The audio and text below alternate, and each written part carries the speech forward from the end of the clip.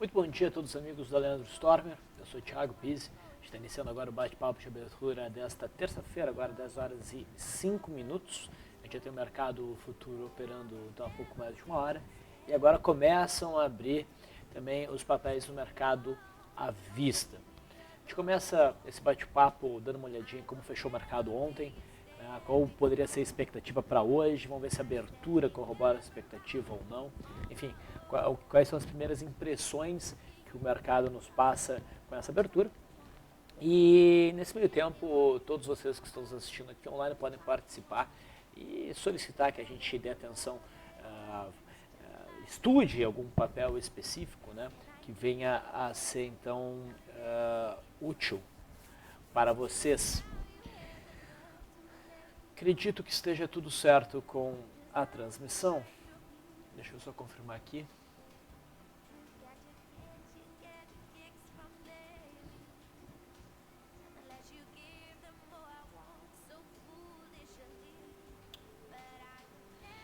Ok, o pessoal do LS Live está reclamando que está sem login pelo Facebook. A gente resolve isso daqui a pouquinho. O importante é que vocês consigam me ouvir. Pelo jeito está tudo certo. Então vamos lá. Tá um pouquinho só meu áudio. Legal. Então, temos aí o gráfico diário do índice Bovespa, que vem desenhando um zigue-zague descendente, né, dentro de uma grande congestão, um grande retângulo. A gente está próximo do suporte, mas nem tão próximo assim. Tem espaço então para o mercado dar mais uma quedinha para buscar um ponto crítico de suporte que nos parece ser a faixa dos 44 mil pontos. Se o mercado começar um movimento de alta do ponto que a gente está, e essa abertura nos mostra uma leve altinha, a gente vai ter aquele cenário de movimento contrário à tendência, provavelmente fazendo parte de um movimento de contração, de congestão, para depois novamente voltar a cair. O viés continua sendo baixista no nosso mercado. Tá? O cenário pode mudar um pouco se a gente tiver o rompimento dessa faixa aqui dos 46.400 pontos, mas isso certamente não vai ser no pregão de hoje. Então levaria algum tempo para o mercado conseguir desenvolver um cenário razoável para alta na periodicidade diária. Na periodicidade intradiária,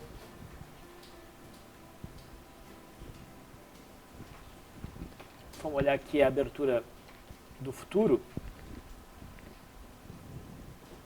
O futuro ontem teve um dia de queda, mas essa queda foi concentrada basicamente na abertura.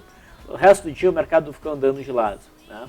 Hoje a abertura se dá em alta e o futuro vai desenhando aqui um primeiro movimento. A gente já tem, né, a formação de um primeiro movimento. Caso venha o rompimento da máxima do dia com bom volume, idealmente, a gente teria um enquadramento de uma operação na ponta compradora. A média móvel de 200 aqui logo em cima não é algo agradável para esse cenário de compra, mas principalmente do ponto de vista do método Leandro, que te acompanha de forma mais objetiva possível, a operação estaria dada. Tá? Ainda é possível que o mercado prossiga no movimento de queda e o sinal para uma operação na ponta vendedora viria através do rompimento dessa linha verde que aparece aí no meu gráfico, que é a linha d'água, né, o fechamento do pregão de ontem. Então, por enquanto, há na abertura um leve viés altista. A gente tem uma abertura em alta dentro de um direcionamento baixista ao longo dos últimos pregões, mas que, se vier a ser confirmado pelo rompimento da máxima do dia, estabelece então o cenário para compras. Enquanto isso não acontece, ainda um cenário de predominância da força vendedora. Então isso pode dizer que o viés altista se torna útil do ponto de vista de operação com o rompimento da máxima dessa primeira hora, desse primeiro movimento.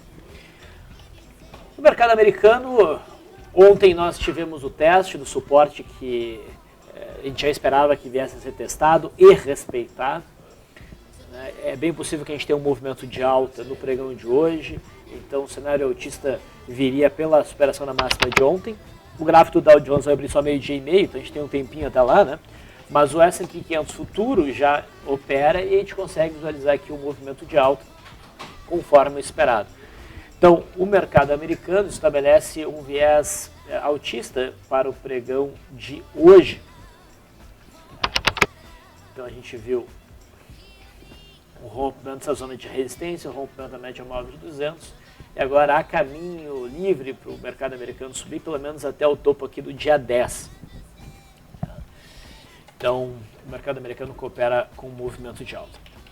O dólar está dentro de uma perninha de alta, chegou já numa zona que a gente pode considerar resistência. Ontem fez um candle de cotação reversiva, mas não está posicionado de forma que a gente queira, sinta impelido a querer apostar na venda do dólar, tá? Pelo menos não a curto prazo.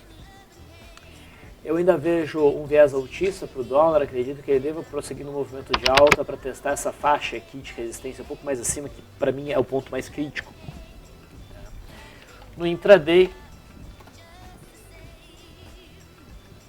o ponto de suporte mais forte para o dólar não foi atingido ainda, que é o gap aqui em 3.857. A gente teve uma abertura em baixa, né, leve, e agora os preços já fecharam esse gapzinho de baixa que a gente teve na abertura e tentam o rompimento da linha d'água. Tá? Se romper a linha d'água, enquadra até pelo método Leandro, porque já o rompimento estaria se dando depois de 1 hora de negociação. Tá? Vamos acompanhar. E o juro, a expectativa é altista, ele vem andando de lado pelo terceiro pregão, né, considerando hoje. E esse é um comportamento altista nos preços quando acontece logo depois de um rompimento. Né? Então acredito na manutenção do movimento de alta no juro. Esse podemos dar uma puxada daqui a pouco para buscar o topo do pico de setembro, okay? Lá por volta dos 16.900. Muito bem, então a gente já tem uma ideia de como é que está a abertura. Tá? Tá tocando música, não era para tocar música.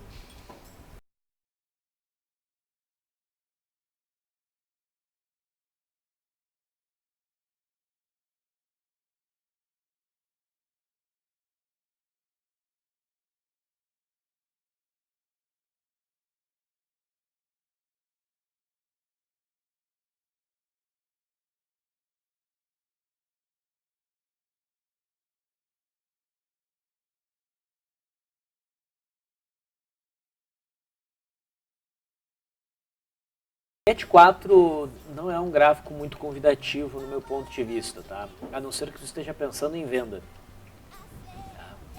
Eu estou afastando o gráfico aqui só para a gente identificar este ponto.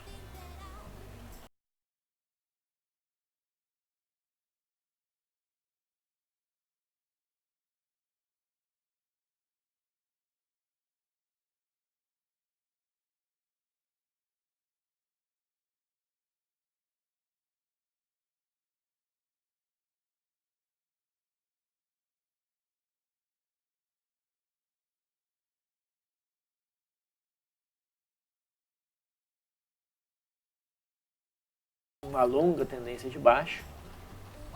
Recentemente rompeu de uma forma meio complicada, mas rompeu um suporte que se desenhava aqui nos 13,60.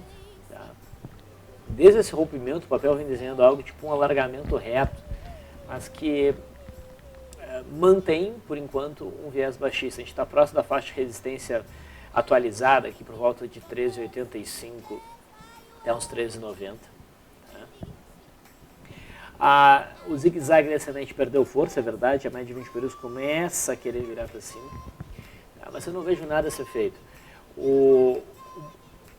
Dentro da visão técnica, o que a gente deveria buscar é um sinal de reversão em cima dessa zona de resistência para operar na ponta vendedora, ou operar o rompimento dessa zona de resistência, tá? Mas o melhor enquadramento para esse rompimento viria do teste dessa resistência, seguido por algum movimentozinho corretivo, e depois a gente tivesse, então, esse rompimento, para que o rompimento não ficasse esticado, não fosse não fosse um rompimento esticado, não fosse um rompimento sem sustentação de um processo de zigue-zague. Tá? Na abertura, já tem uma barra grande, a gente até poderia fazer uma leitura de uma barra elefante, mas não me parece uma barra muito importante. quase sem volume nenhum, o mercado depois de abril, percebe que a barra fechou aqui e o próximo negócio veio aqui embaixo. O que isso mostra? Mostra o papel que está com a liquidez muito ruim, então é onde operar, tá? Melhor ficar de fora. A GET3 está mais ou menos num cenário parecido, tá? Mas esse papel já está mais próximo de um suporte relevante, que é o fundo de 2015, tá? Em 12,65.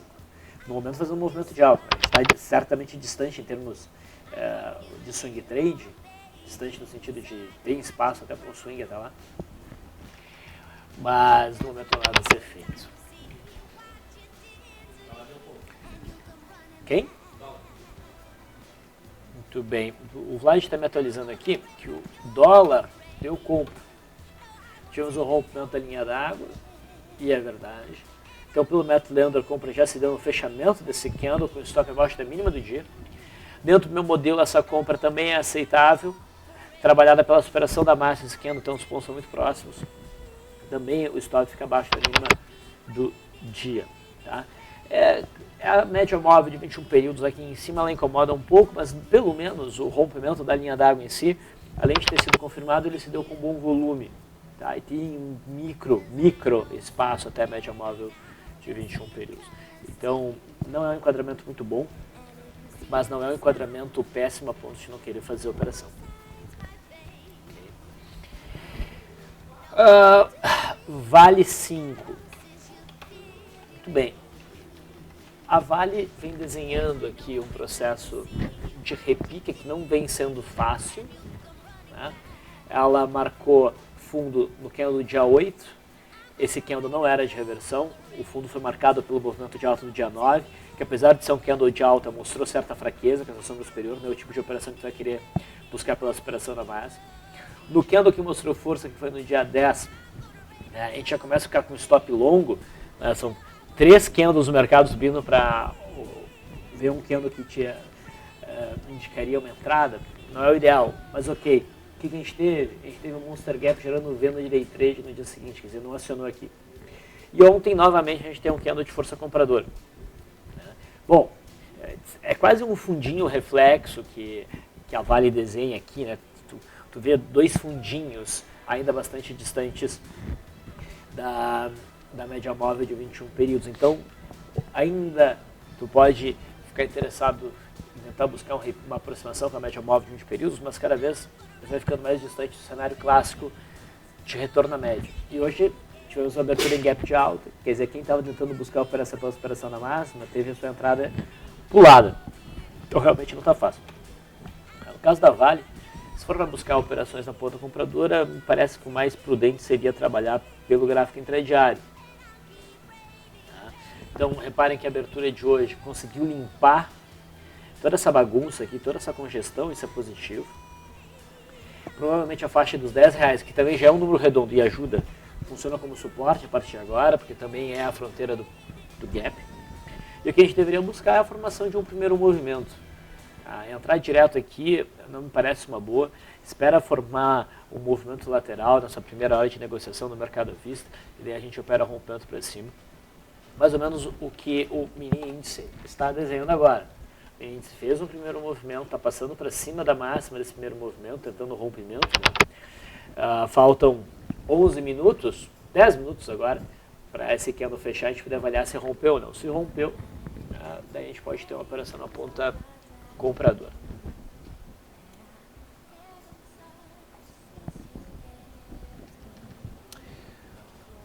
Marcos pergunta se a Petrobras está dando agora, nessa abertura no intraday, um setup de fechamento de gap.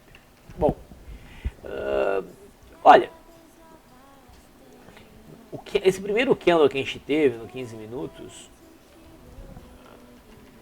ele certamente não é um candle de força compradora, mas também não é um candle de força vendedora. Né? Ele fica aí no meio termo entre um candle de dúvida e um candle de reversão baixista. Considerando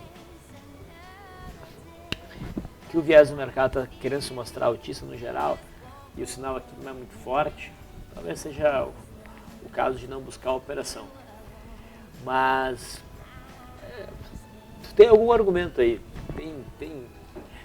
se aproxima bastante do que seria um setup de fechamento de gap, estaria acionando agora com a perda mínima desse primeiro candle. Tá? É um cenário onde provavelmente a linha d'água viria a ser testada, mas não sei se rompida. Mas não chega a ser um enquadramento muito claro.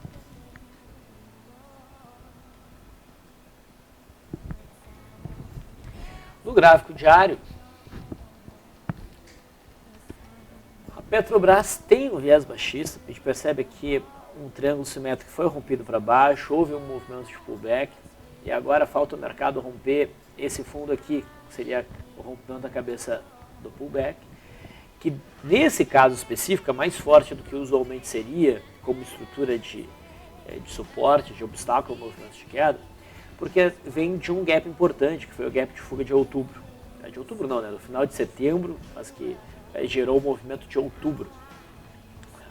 Então o mercado sinalizou que respeitou aqui, tivemos toda essa movimentação por conta desse suporte, mas agora se houver um rompimento de suporte é porque o mercado provavelmente acelera para baixo. Claro que temos o fundo aqui de setembro como um alvo, por volta de 6,44, não teria muito distante, mas existe uma chance significativa desse patamar ser rompido. Até porque a projeção desse triângulo simétrico, a gente pega aqui a base do triângulo e projeta a partir do ponto que foi rompido, a gente teria uma projeção para 5,69. Okay. Só um instantinho, pessoal.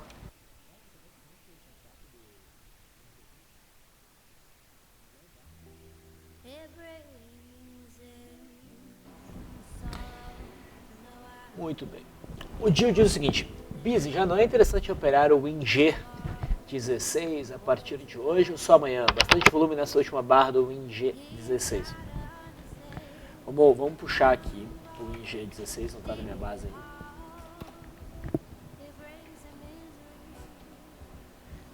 Deixa eu ver se eu já consigo acessar o intraday. Olha, vamos pegar pelo número de negócios. Olha, nessa barra de agora a gente está tendo 121 negócios, tá? No WinG16, enquanto que no WinZ15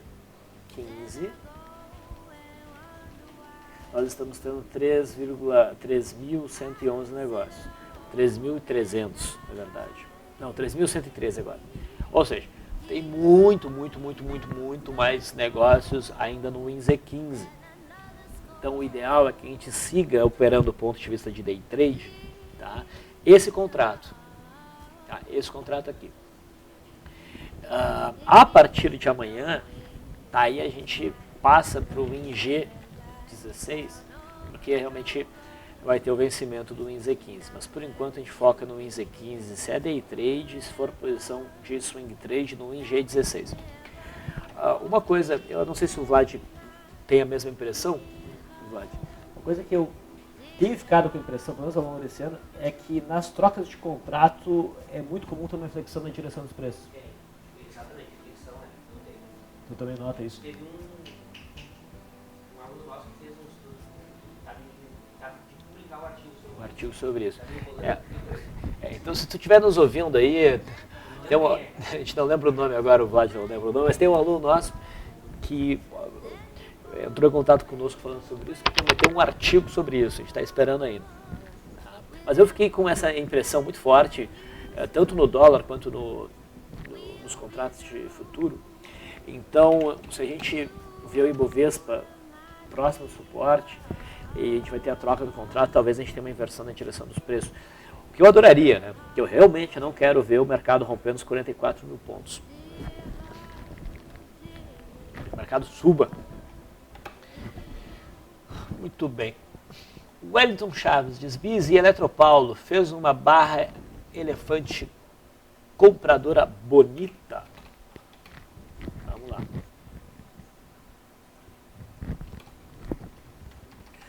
Olha, bonita não, mas razoável. Então realmente essa primeira barra aqui do dia, ela é maior do que a maior parte das barras. Não é tão maior assim, a gente tem umas barras significativas, né? Mas ela pelo menos consegue romper tanto a média móvel de 21 quanto a de 200 e ela foi acionada. Então daria para buscar a operação nela. tá, com stop abaixo da mínima, tá, e essa movimentação provavelmente levaria ao teste.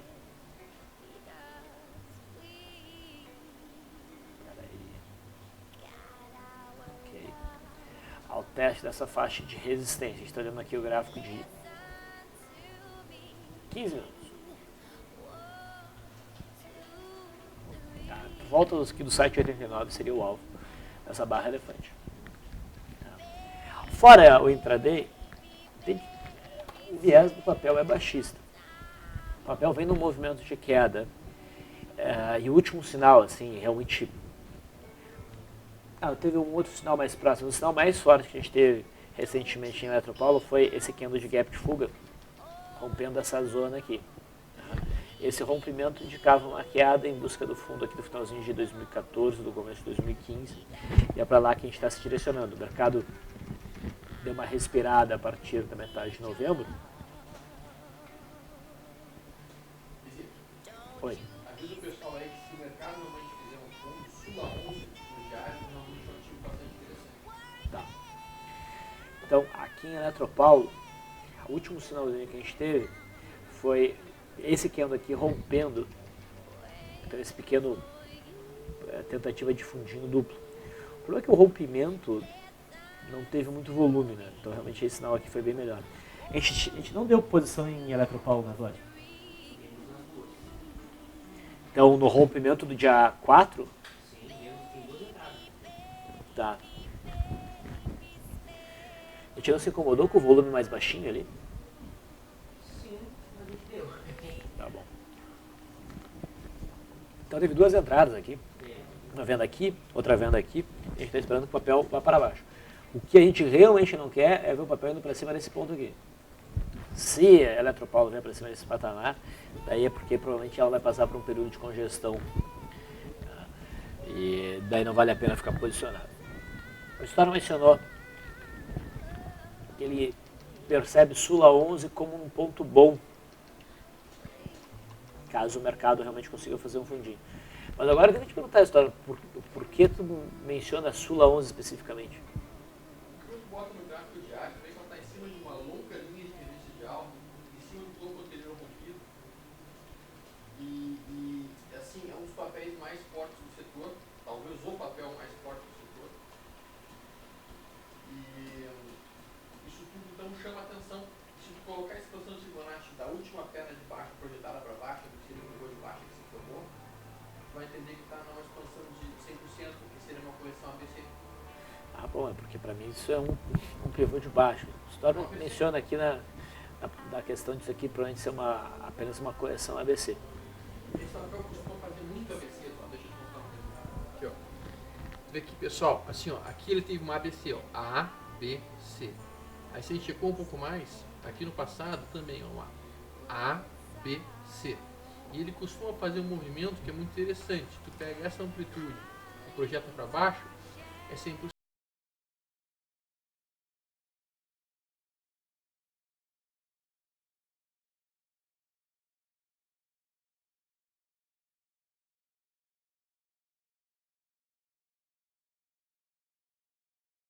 Esse tipo de movimento, ele está numa zona de suporte. Se o candle de reversão de hoje se confirmar, é óbvio que eu não compraria agora, eu esperaria talvez amanhã a superação da máxima de hoje com stop aqui embaixo, para voltar no mínimo até o topo anterior. A outra alternativa é entrar nos 60 minutos e nos 60 minutos esperar um pivô de alta ou mesmo um Dunning de alta e daí fazer uma compra mais agressiva. Isso eu descrevo no livro Táticas Operacionais de Swing Trade. Mas ele está em cima de um suporte muito importante, que é o topo anterior rompido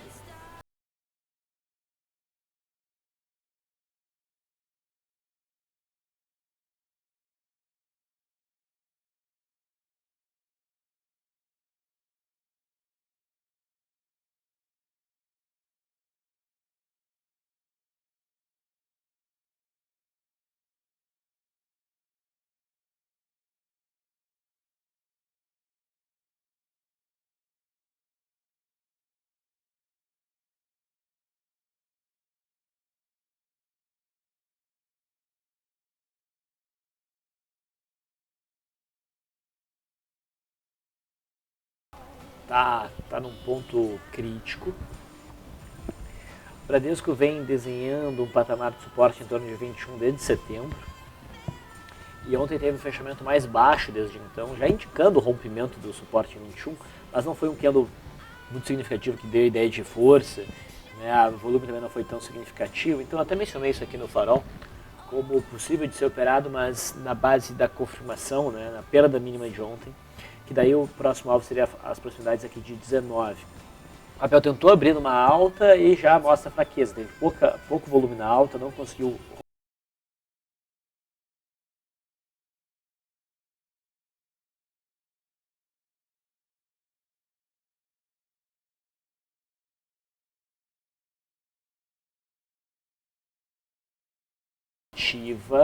seria condicionar uma operação em Bradesco ao rompimento da linha d'água aqui. A gente está a uma distância razoável para esse tipo de operação, razoável da linha d'água. E se tiver o rompimento desta, então provavelmente confirma, bem confirmado o sinal do diário, daria para a gente se arriscar uma operação na ponta vendedora. Itaú não, Itaú está um papel que está forte, quer dizer, relativamente forte, eu quero dizer. E depois de Bradesco, outro papel que a gente poderia, dentro do setor, se arriscar numa operação seria Banco do Brasil. Parece estar desenhando uma cunha ascendente, que é um padrão baixista. E se viesse a romper a mínima de ontem, também olhando aqui pelo intraday para enquadrar o rompimento de linha d'água, provavelmente acabaria rompendo esta cunha para baixo, sinalizando aí o início de um movimento expansivo e baixista.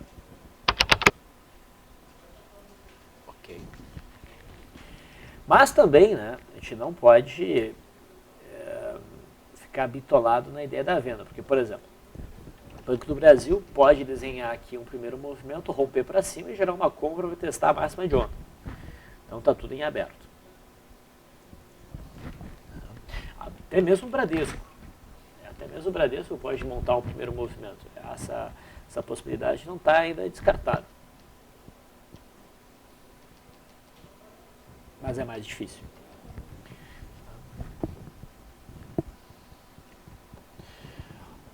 Carlos 7. E também o Luciano, né? Diz, Magazine Luiza, dá para operar? Volume alto e Monster Gap. Monster Gap? Opa, Monster Gap e Magazine Luiza, vamos olhar.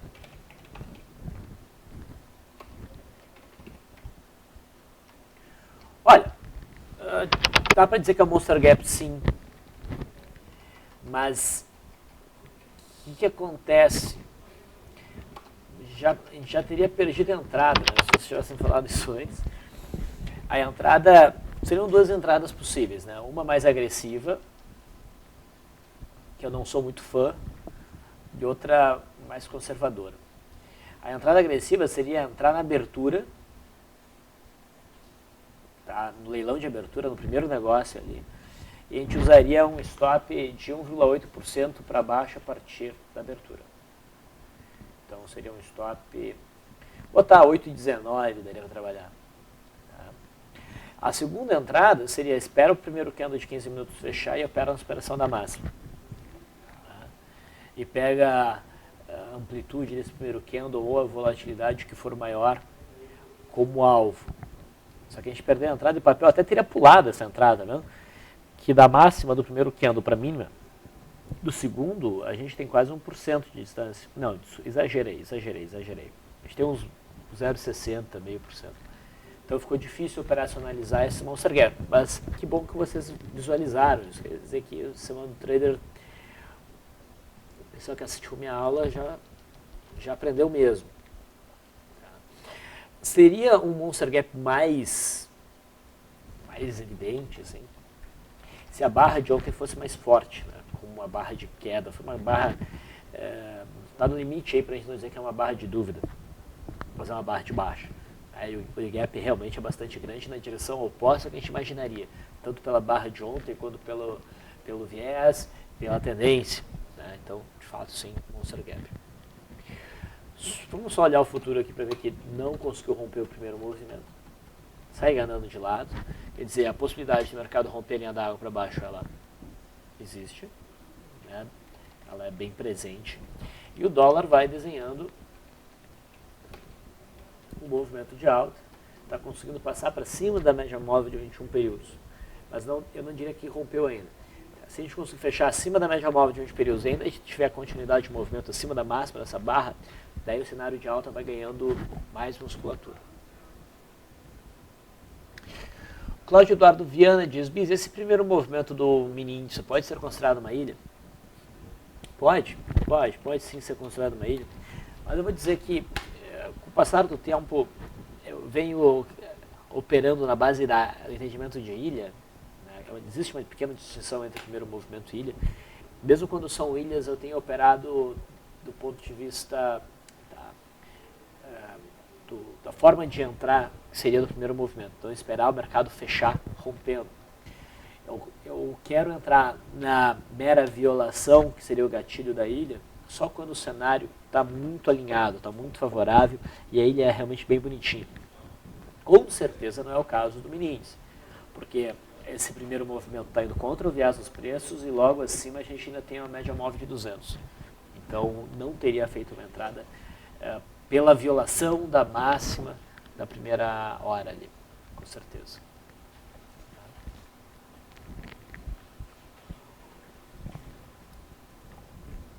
O Jorge diz, por favor, comentar RADL13 e Odontoprev para um prazo maior. Vamos começar com RADL13. Era um papel que estava muito forte até julho. A partir de julho, na verdade, o cenário ficou mais claro em agosto. O papel iniciou um zigue-zague descendente. E isso sinalizou uma aproximação para LTA, que vem aqui do início do ciclo de alta, no início de 2014. A gente tem essa LTA aqui, tá vendo? Eu falei várias vezes que o mais provável, considerando o movimento que fez, tá, de zigue-zague descendente, a distância do suporte mais significativo, que é o gap de maio, e também a distância da LTA e da média móvel de 200, mais provável que o papel passasse por um período, alguns meses, andando de lado. E o ideal era cair fora. Eu falei bastante isso aqui, né? O papel está no ponto de resistência. É melhor cair fora, porque ele ainda tende a buscar essa zona. Tá? E qualquer coisa tu reentra caso rompa aqui. Tá? O papel testou a LTA agora há pouco e está querendo romper essa LTA e vir buscar o suporte que foi marcado em agosto, que agora é o próximo suporte mais relevante ali em 37. Então, 37, a gente tem um suporte, que tem boas chances de ser buscado. E se romper esses 37 para baixo, daí a coisa começa a complicar, porque teria rompido uma LTA de longo prazo. Tá? E eu acredito que segure nos 37 porque está desenhando um grande retângulo. Se romper esse retângulo para cima, inicia um novo ciclo, a gente vai desenhar uma nova LTA. Mas se romper esse ponto aqui, a gente vai ter um pivô primário, tá? Um zigue-zague descendente depois de um grande prazo. E daí o melhor é não ficar posicionado na ponta compradora, seria uma sinalização para cair fora. Tá? Odontoprev, eu vou ajustar o gráfico.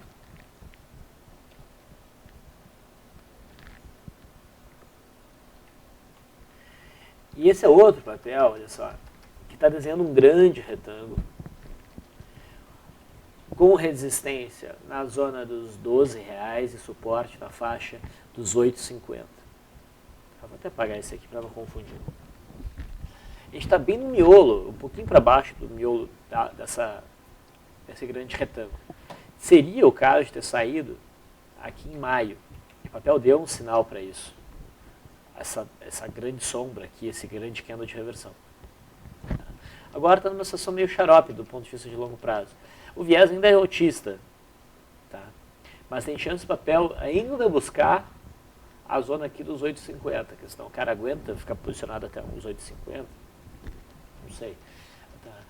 Então, é um papel que no momento está numa posição meio ingrata. Para um cenário de longo prazo e para swing trade não está indicando nada. Está bem neutro. Tá bem neutro.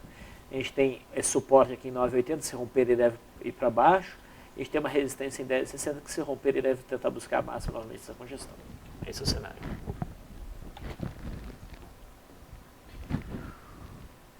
O Luciano pede para a gente comentar a Grendene. Bom, Grendene tem uma zona de resistência importante em 18,80. Testou essa zona recentemente, corrigiu, vem desenhando um movimento de congestão que tem um viés baixista, topos cada vez mais baixos. E no candle de ontem, a força, o viés baixista ganhou força porque se foram perdidos, foi rompido o suporte em 16,80. Então foi aquele rompimento que dá vontade de operar, tá? Porque não teve volume, não conseguiu romper essas sombrinhas aqui, mas com o passar do tempo o papel está cada vez ficando mais barato. Daqui a pouco o mercado se convence que perdeu o suporte, o papel acelera para buscar o suporte em 14,95, 15 reais. Então não é um papel que eu gostaria de estar comprado agora, o papel está mais próximo de acelerar para baixo do que de acelerar para cima. Qualquer movimento para cima fica muito dificultado por essa grande quantidade de médias, né, que vem por cima do preço. Então no momento eu não vejo nada muito significativo a ser feito, mas o papel está mais propenso a um movimento de queda, é o que parece. E o papel vai ficar interessante para compras, né, novamente, realmente interessante, no momento que conseguir romper a faixa dos R$19 para cima. Quando o GNN passar dos 19 para cima, é porque provavelmente a gente iniciou um ciclo de alta que vai buscar o topo de 2013, lá por volta dos 23,50. Então esse é o cenário da GNN. Muito bem, pessoal, são 10 horas e 42 minutos, a gente já cumpriu, extrapolou o nosso período aqui de bate-papo. Eu vou finalizando por aqui, então quem nos acompanha pelo LS Live, a gente vai logo mais estar online novamente, tá? E caso você não tenha acesso ao LS Live, entre em contato conosco aqui no escritório para descobrir como ter acesso. Ok? Bom programa a todos.